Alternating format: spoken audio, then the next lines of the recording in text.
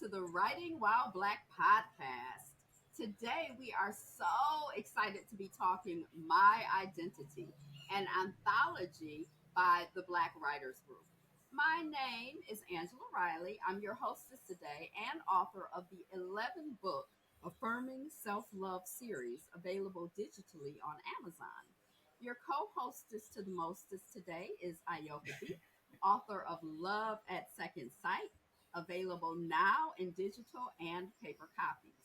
We are both contributors to the My Identity Anthology, which is a dynamic exploration of Black identity. There are 9 authors in total, so we're two of the authors. So today, what I wanted us to do is talk a little bit about the project. We were both involved with the organizing committee, and also share that is included in that anthology. So that's what I got. What you got to say, Miss Ayoka?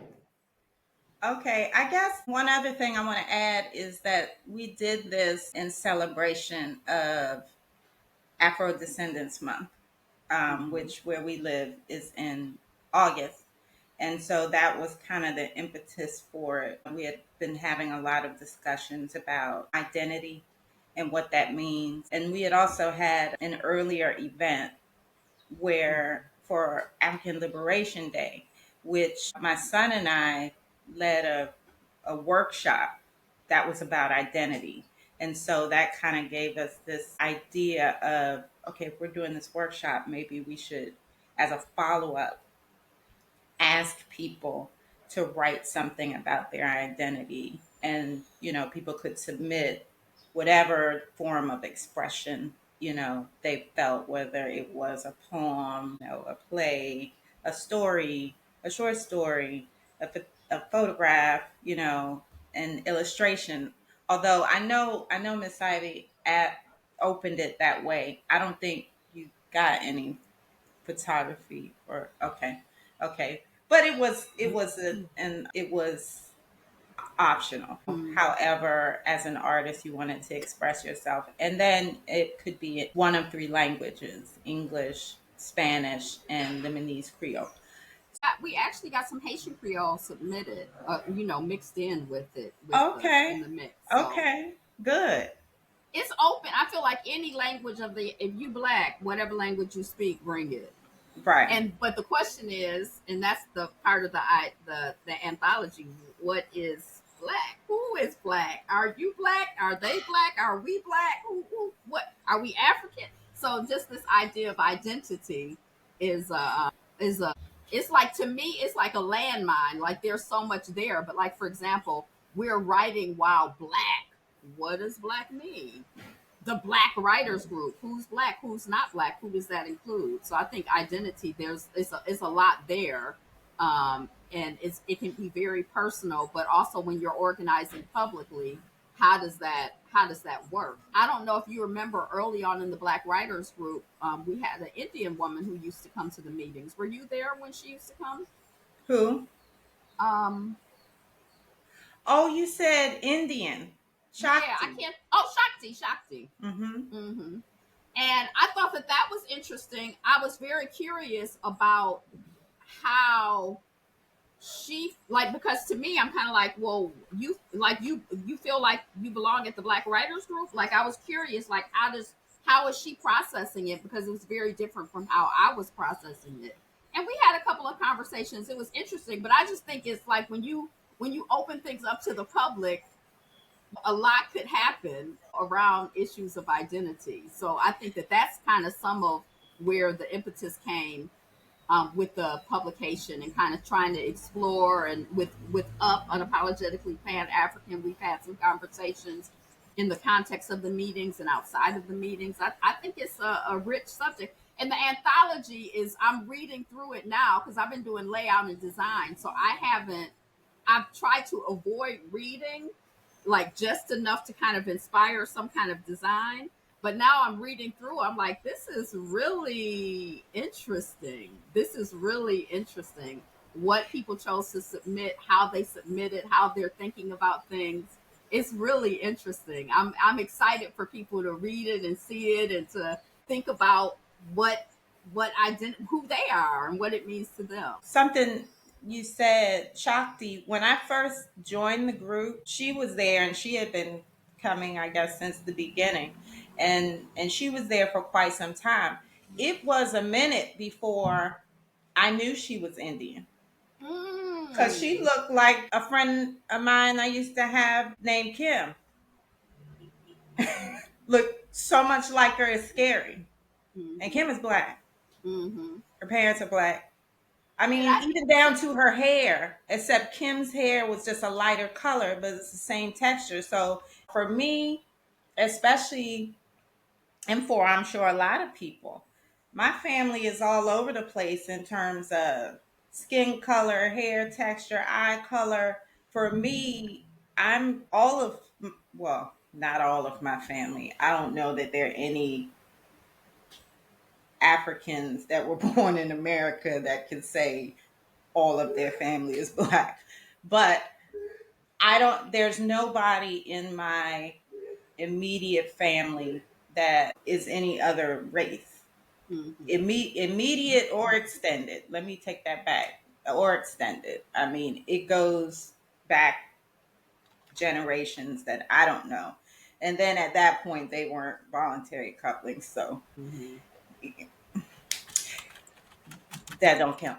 So I'm so when you were saying earlier who is black, and I know we've had a lot of discussions about this, but in as far as I'm concerned, um, you identify yourself, not somebody else. Now, Mm-hmm. I know that's a slippery slope because, well, I won't even say it's a slippery slope. You got some extreme cases like I can't even remember her name that was Mm-hmm. all From the over the news. NAACP. Yeah, that was white but was, I don't know if she ever came out and said she was black or she just Let people just. let I think. people I think she advanced. think.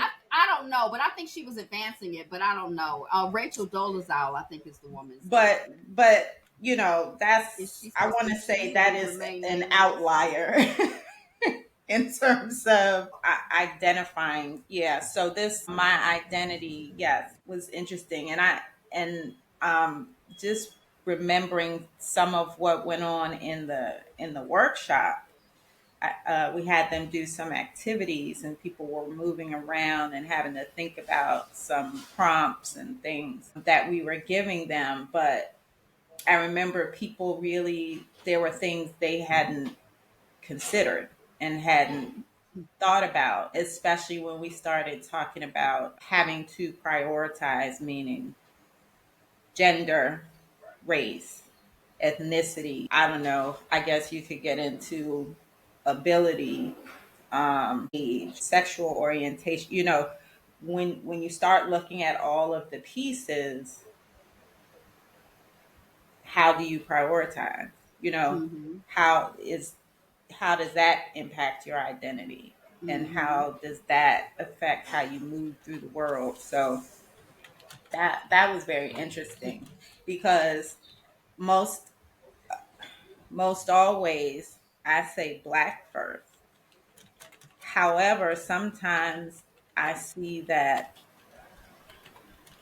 the woman part of me comes forward first. And in some of those activities we were doing, when we had to move from one spot to another and things, the woman piece was coming up. And so, it's interesting. And it depends on the context, of course.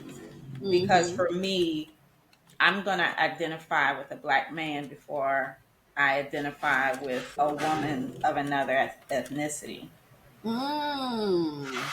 That's just for Mm. me. However, there are times when I know my womanness, if you will, separates me from men and black Mm-hmm. men, Mm-hmm. especially when we get into how women are still treated and have to move through the world, Mm-hmm. which is a reality. Mm-hmm.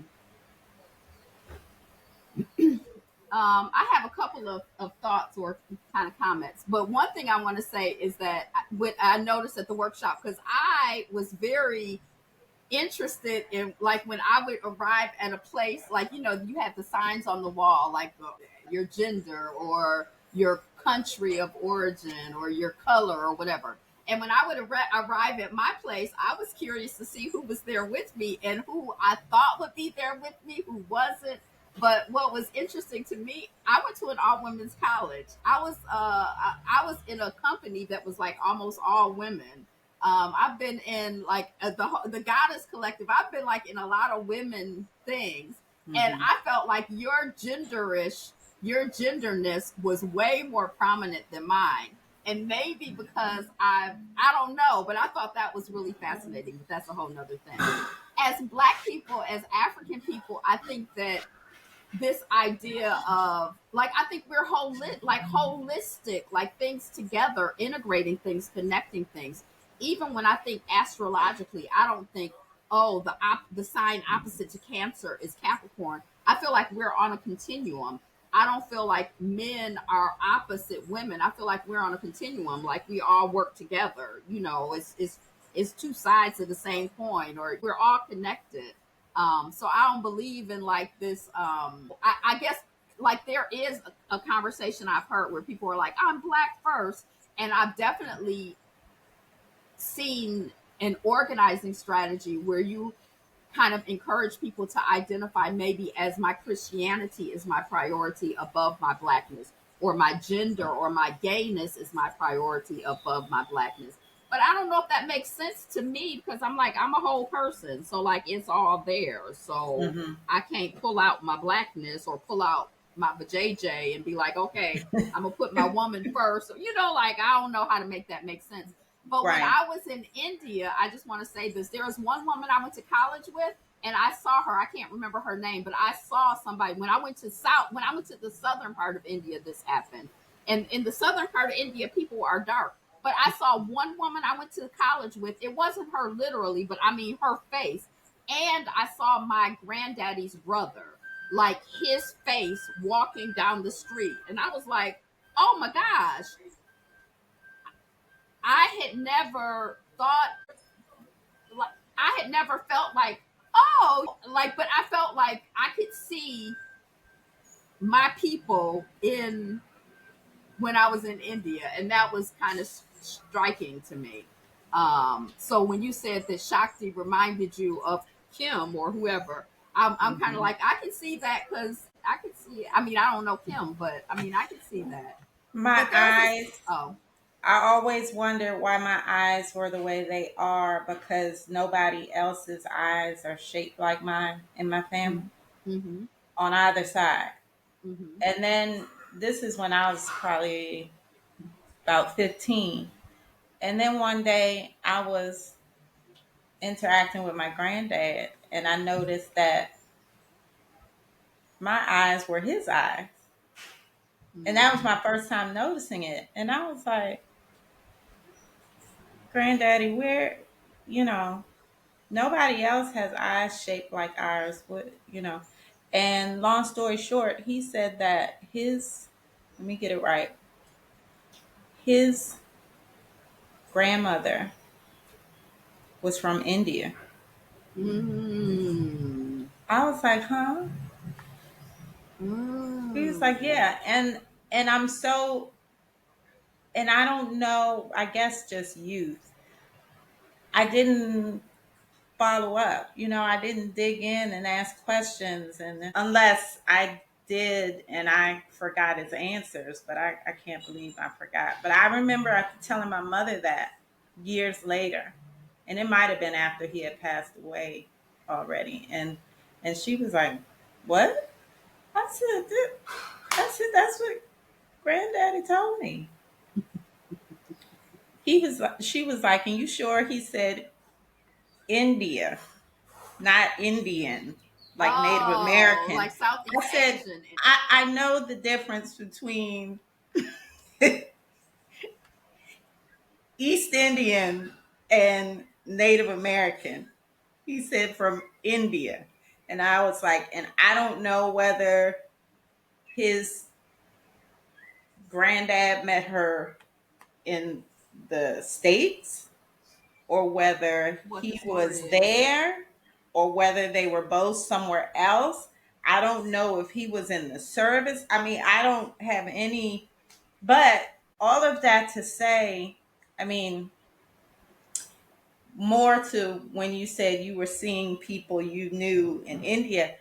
I mean, we're everywhere. Mm-hmm. Blackness is everywhere, and we're the Mm-hmm. origin. So it doesn't surprise me when I remember when Diallo and I went to Tanzania, but at that when this happened, we weren't in Tanzania. We were in hmm, I think we were in Ethiopia, and someone kept asking me if I was from. Someone there asked me if I was from. Oh, now I can't remember. I know I have it written down because I took a lot of notes while we were there. But someone asked me if I was from a specific part of a country, not Ethiopia though, another African country. And then when I was later, when we were in Tanzania, someone asked me if I was from that same place.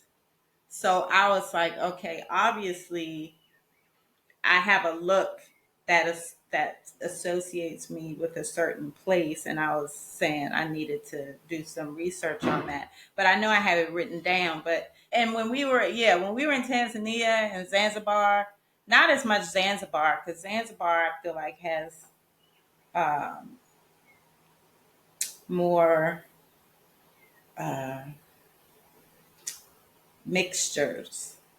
It's a lot. It's a mix of a lot of different. You can tell that there's a mixture of a lot of different cultures in the people. Um, well, in the architecture and everything, but in the look of the people. But when we were in Tanzania, yeah, I was seeing uncles and cousins and friends from round the way, and yeah.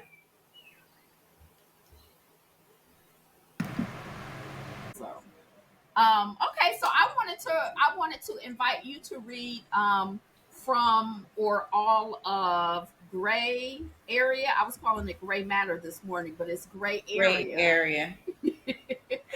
And I want to read from Freckles. So, um, Okay. give Okay. a and So I this. just read it this morning, Ayoka, because I'm reading, Mhm. reading through. I read it again this morning.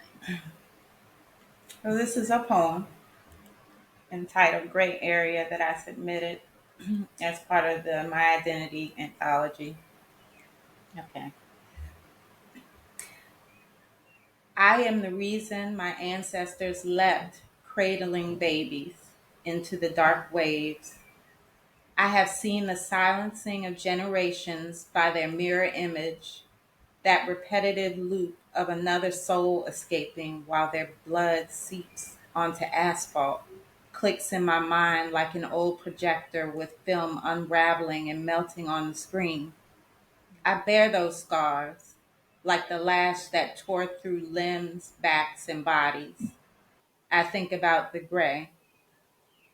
In an Uber, I was greeted by a Nigerian accent. Ayoka, I thought I was picking up an African woman. I said, "You have." He laughed. "No, I picked up an African American. You live here. You are from America. I am African," as if my ancestors simply relocated. I think about the gray. My choice to identify as Black, understanding why we claimed African American, to connect to the land from which we were kidnapped, a home. Black is a name that we gave ourselves. It is strong and powerful and militant. No, it is not the color of my skin, but I choose it. because I am a square peg in a round hole who was exhausted by the price tag of America. I think about the gray. I felt the hurt when a friend visited the continent, his chest big and proud, and was not welcome. I know this is not the collective experience, but it happened. Don't wear your hair natural like that, my daughter's coworker said to her. I shake my head in sorrow. She could have passed for my daughter. Yes, I am my ancestors' wildest dreams. History, present, and future fused together as one. I am the beautiful, complicated, angry, dichotomous, rich, and multi layered grace of us.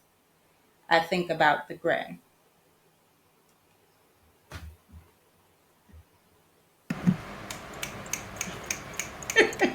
When I lived in Brooklyn, there was this place called the Brooklyn Moon Cafe. I don't know if it's still there. It was next to Curran Dai, I think it was, a Senegalese restaurant. But they would snap instead of clapping. Right, right. Yeah, poetry slam culture. Yeah, a lot of That was people new snap. to me when I experienced it. I was kind of like, "Oh, we We snapping? snap That's it. what's going on." So it tickled me. I love that last line. I wish I had it in front of me. Um, I don't have it in front of me, but I Okay, love let that me. last. Uh, oh, I am the beautiful, complicated, angry, dichotomous, rich, and multi-layered grace of us. Yes, yes, that's how I feel like identity is. Especially, we there's a lot going on. So, Mhm. all right, when did you write that? Well, I haven't. Obviously, it was a while ago because I'm talking about America, living in America. But you said um, didn't you say the cost of America was too high? That's why I'm like, I thought this was. um, let's see.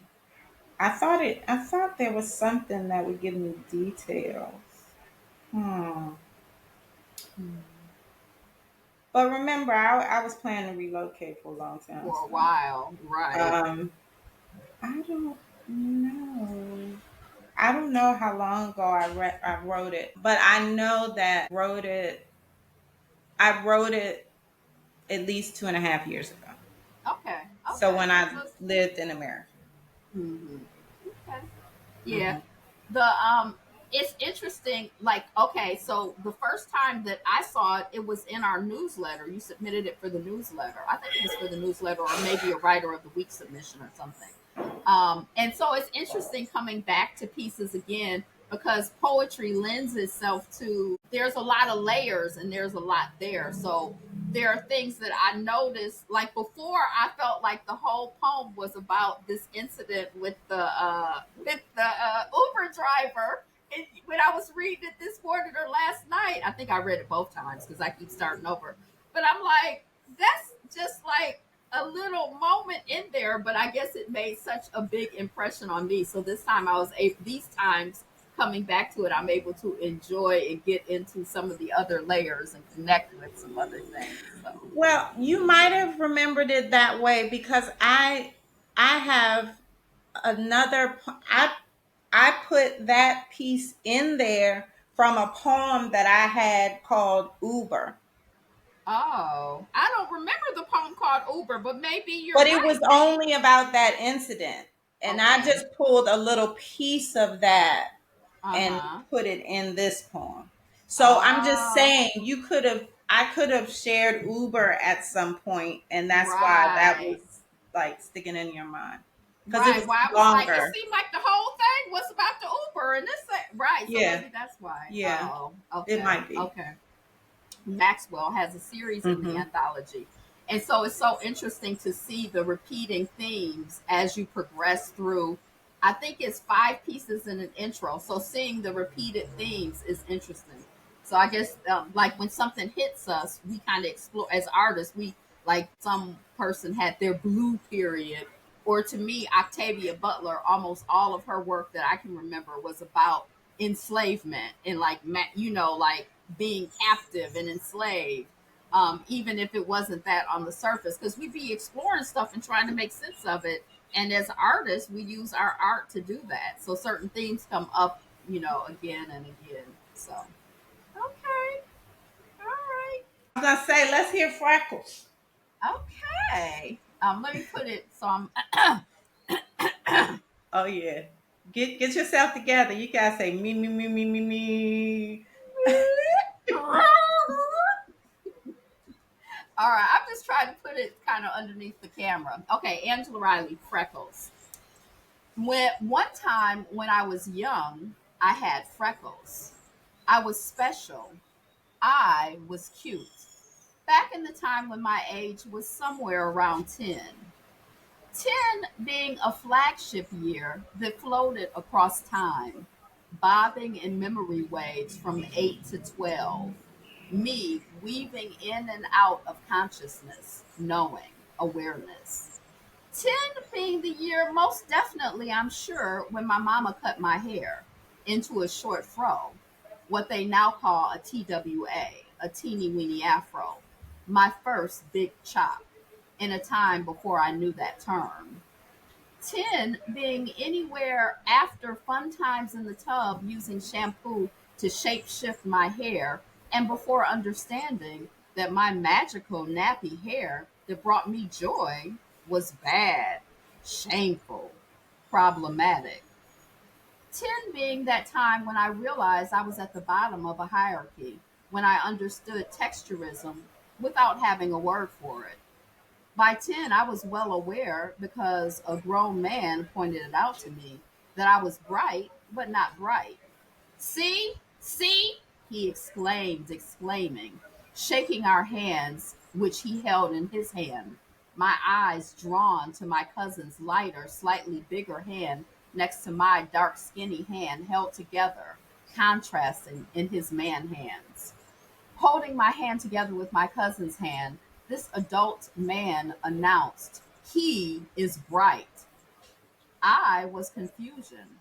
I am sure he saw it on my face and felt it flowing from me as I morphed from the smart one into dumbness, unable to comprehend, to even formulate a question. I got it. My cousin's brightness hitting me, a sudden bolt of understanding, new insight into what I knew but had never gotten, making sense of things that I had seen and sensed and had been held in suspension and waiting for his unsolicited lesson on homophones and colorism. 10 being the age where puberty slammed into me, leaving behind my grown woman boobs, which I loved, and my period, which I had previously declined, but came on anyway despite my rejection. So, sometime around 10, when I was young, there was a time when I had freckles and I was special and cute. Back when I started to cook, pulled in by trying to figure out and execute the mystical pigs in a blanket. How long to bake so that the biscuit cooks through without burning the dough. I was frying something, and a fine spray of oil hit my face, leaving behind a bunch of tiny little burns just across my cheeks and nose. A baptism in oil, and I was reborn, awash with cuteness, and now special, a girl with freckles.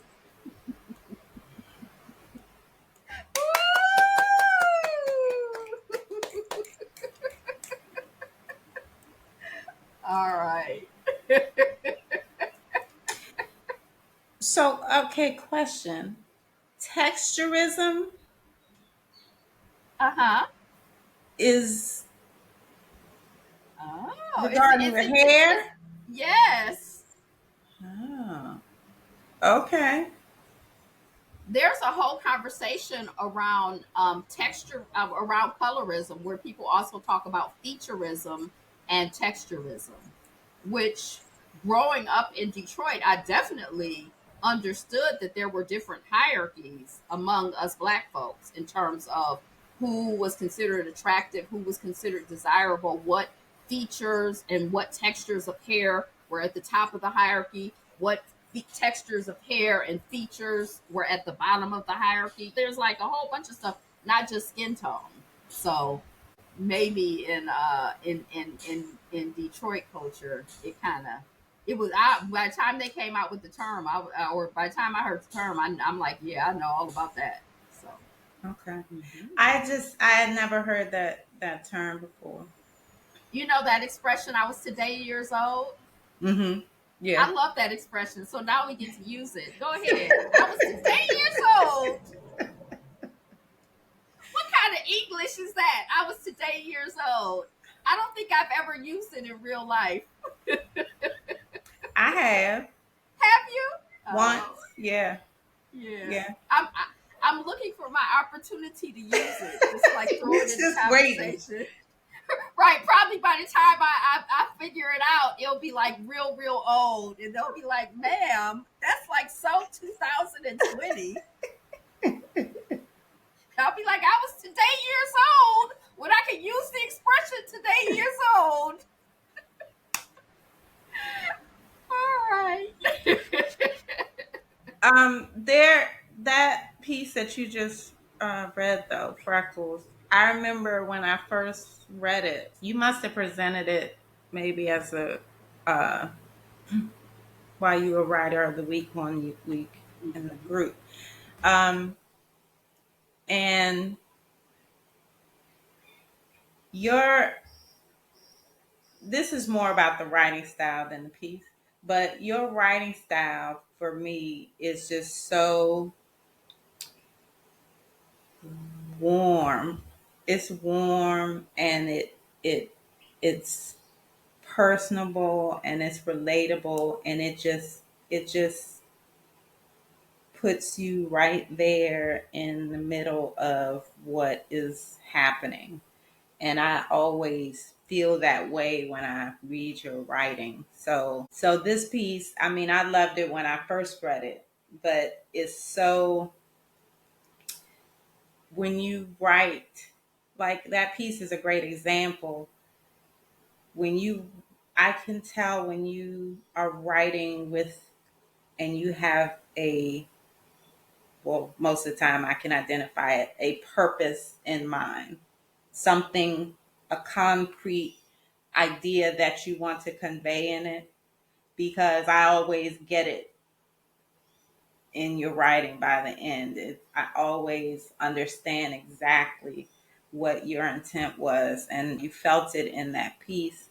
Um, and it's so interesting how, especially when you're young, the things that stay with you and the things that like are crystallized in your mind, and it can be 40 years later but you remember it exactly. I mean, it's so clear.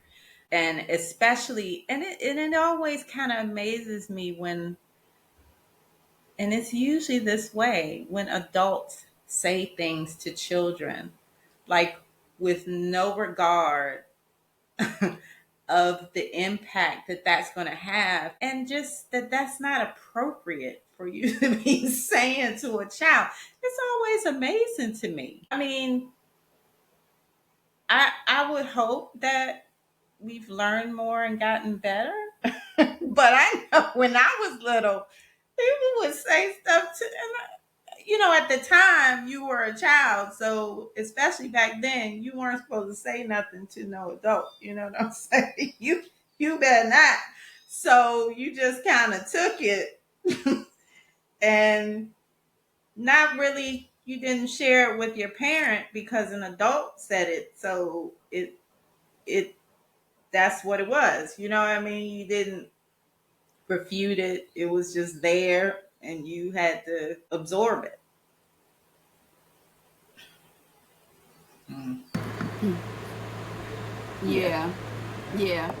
And I kind of feel like not only people say stuff to adults too that's kind of crazy, but I mean, as a child, I think a lot of time, like as an adult, I can identify some stuff as crazy, but as a young person,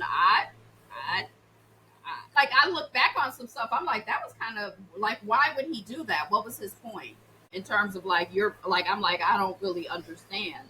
Um, but as a child, I wasn't like, what is your point? Why are you doing this? So Right. yeah. No, that was my point. That the, as a child, you don't know, you don't understand a lot of times what people are saying. I'm saying when you look back at things that are crystallized in your mind, and you like, why in the hell was that person saying that to me? Like, that Right. was so inappropriate. Right. It's one thing to be inappropriate, but also in terms of what he was saying to you. One, why? Two, I mean, you have no regard for how that might make her feel if she does understand what you're saying. Like, what? Why was it that important to do that? Like, Mm, what? But that speaks more to whatever was going on with him. right. But still, to leave you with that and your cousin, because your cousin might not have understood either, because you said at the beginning, he said that you were bright, but you weren't bright. Mm, right. So, okay, so you're gonna give a compliment and then, like, I just, yeah, I Yeah. just don't understand the Yeah. motivation. I mean, I actually, looking back on it, I'm like, okay, yeah, he is lighter than me. Like, but anyway, um one thing that I miss with the Black Writers Group, we used to do I used to do a newsletter every week, and one of the things that was always surprising to me, and it was open for submissions, is when people submitted. I don't know why it surprised me. Of course, we would feature the writer of the week, but then people could submit. And Mhm. all many issues there are, there was a lot of work that was submitted, and I really have been missing it. So I'm really excited. I know I done jumped into a whole nother thing, but I'm really excited. I was really excited with this anthology because it was kind of similar. Like, is anybody gonna submit anything?